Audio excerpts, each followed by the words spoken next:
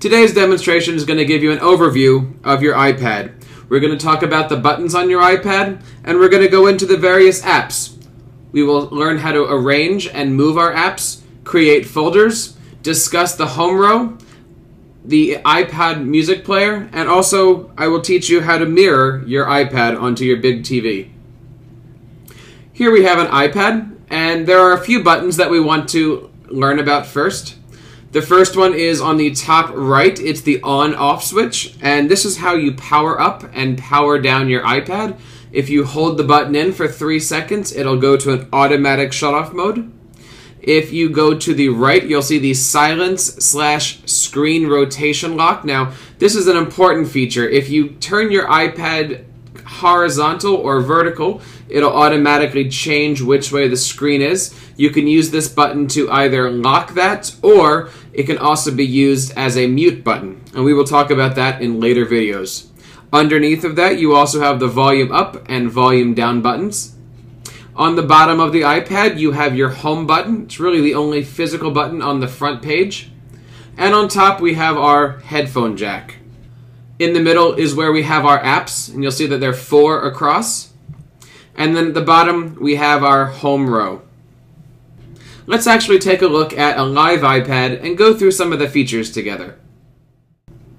Okay, so here we have a live iPad, and this is an iPad that's right out of the box. It was just recently refreshed and has all the original apps on it. Want to showcase a couple things. On the top, we have our regular apps, and you can see that Apple has assembled them 4 wide by 4 down. And underneath of that, you have these 4 icons here, the Safari, Mail, Videos, and Music, and that's called your home row. And right now there's 4 apps, but I'll show you how to put 5, and I'll even show you how to take a few of those off. First thing that everybody wants to know is, how do you rearrange the apps? How do you delete apps? How do you change things? So what I'm going to do is I'm going to put my finger on one of the apps here. And if I give it a couple seconds, you'll see they'll dance around. And all I need to do is push my finger on the app and slide it around. And you'll see that you can change the apps however you like them. And they'll move all around. If I'd like to add one more app to the home screen, I can take that. I'll take the Messages app here. And I'm going to drag this down. And I'm going to put it to the left of Safari. And you'll see everything has rearranged itself. And now I have 5 icons there. If I don't want that, I can of course pull that away.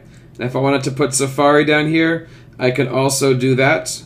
In fact, if I wanted to, I can remove all the apps from the home screen. But I think I'll put some back there because that home screen is important. It's the screen that you're always going to look at. So I think I'll do my music, my mail, my Safari, my messages, and I think I'll do my photos for right now. Now, the next big thing that you want to figure out how to do is create folders. And folders are important because right now you'll see that you have only so much real estate on your iPad app. And you want to make sure that if you're using folders, you can organize and quickly group things together. So how we make folders is I'm going to click on FaceTime here, and I'm going to drag it over top of camera. You'll see here, as soon as I put it right over top, it opens up this dialog box. And Apple gives it a name based off the category, but if we want, we can put camera, or we can name it however we want. And to get rid of that, we can just tap somewhere else and the icons go back. And if I tap on the home screen, they stop dancing. Now, what if you want to get rid of that folder? I'm going to open up that folder, tap on and hold the icons, and I'm going to just drag it right out here. And I'm going to drag this one out even here. I don't know where I want it to go. There you go. So that's how you create and manipulate folders. Now, one more neat thing I want to show you here, and everyone says, where and how do you get your iPad up on your whiteboard screen through a projector? Well, here's how. If you double tap your home icon, you're going to see everything push up.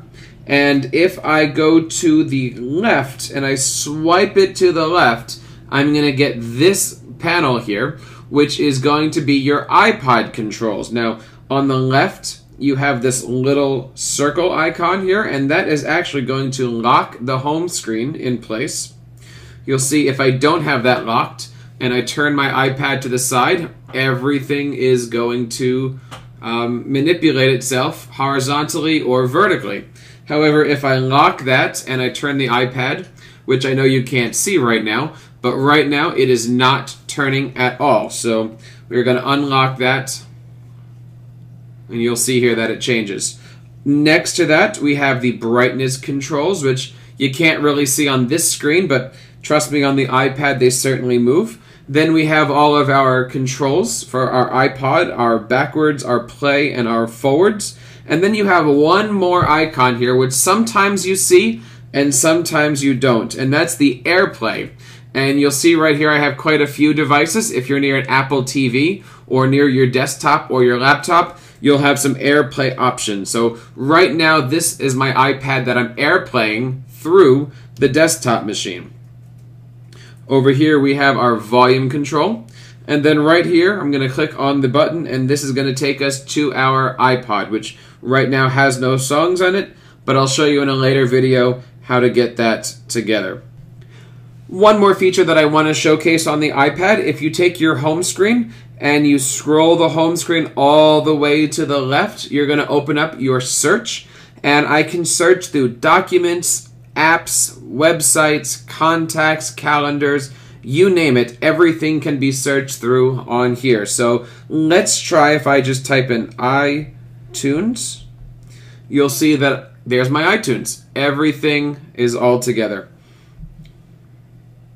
So those are some of our basic functionalities to our iPad, and in future videos we'll show you how to use each of these great apps. Thanks for listening.